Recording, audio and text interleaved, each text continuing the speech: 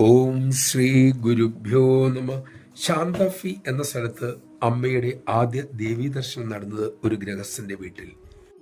അമ്മയുടെ സേവ ചെയ്തുകൊണ്ടിരുന്ന ബ്രഹ്മചാരിണി അമ്മ കഴിച്ച കഞ്ഞിവെള്ളം പ്രസാദമായി ഗൃഹനാഥനും ഗൃഹനാഥയ്ക്കും കൊടുത്തു.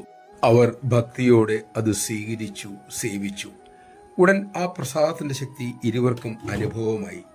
പിന്നീട് ഗൃഹനാഥൻ പറഞ്ഞു, അമ്മയെ സ്മരിച്ച് ആ പ്രസാദം കഴിച്ചതും ആനന്ദം വന്ന് എന്നെ മൂടുന്നത് പോലെ അനുഭവപ്പെട്ടു.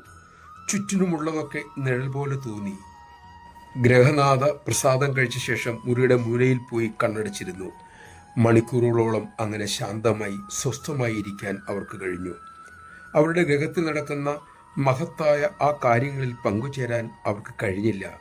കാരണം അവർ ഗുരുകൃപയാൽ മറ്റൊരു ലോകത്തായിരുന്നു. നമഃശിവായ. അമ്മ തൃക്കയ്യാലെ തരുന്ന പ്രസാദത്തിന്റെ ദിവ്യത നിസാരമായി ഒരിക്കലും ഗണിക്കരുത്. സദ്ഗുരുവായ അമ്മ നമുക്കിന്ന് സുലഭമാണ്. ഇന്ന് ഗുരുപൂർണിമയാണ്. സുലഭമായതിൽ വില തോന്നാതിരിക്കുന്നത് മനുഷ്യന്റെ ഒരു സ്വഭാവമാണ്.